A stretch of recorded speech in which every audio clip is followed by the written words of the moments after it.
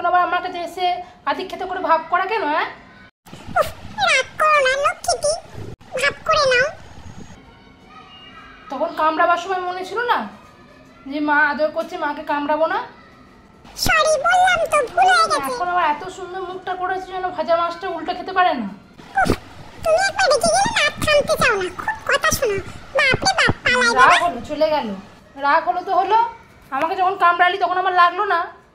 তা শুনি, বগলে কার ভালো লাগে? আমি তো কিছু একটা বলতে এসেছিলাম, তুমি তো শুনলেই না, তাই পালাচ্ছি। এইটুকু ছেলের বেলায় খোঁজ নাই, রাগের বেলায় খুব আছে। মাকে আরেকটু লাগিয়ে দিই, তোমারই তো ছেলেটা তোমার মতো হয়েছে। এইটুকু একটা ছেলে,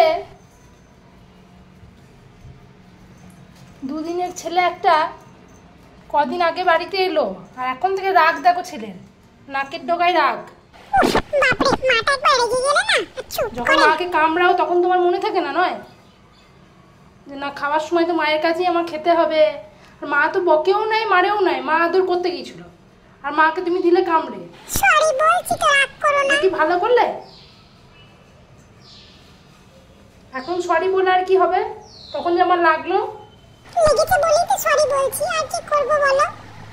ও মা ভাব করে নাও না, মা। কই বাবারে, কই রে?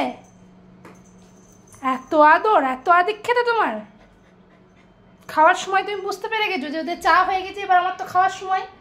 এখন তো মায়ের সঙ্গে ভাবটা করতেই হবে, পরে আবার যা হয় হবে। হ্যাঁ, 1.5 ফুট একটা দাঁড়িয়ে দাঁড়িয়ে দেখতে পাবে তুমি। আমি ভাব করতে এলাম, আর সবার সামনে আমাকে আবার 1.5 ফুট বলছে। এসো এসো এসো, দিচ্ছি এসো। চলো ঘরে চলো। কি মজা, আমার ভাব করে নিয়েছি, কি মজা, আমাকে ছেড়ে দেবে, কি মজা। দাঁড়াতে হবে না, আনন্দে আবার দাঁড়িয়ে পড়ছে ছেলে। তাকে তো খাবার, তারপরে মায়ের সঙ্গে ভাব। তাহলে বন্ধুরা তোমরাই বলো আনন্দ হয় কি না। হয়েছে।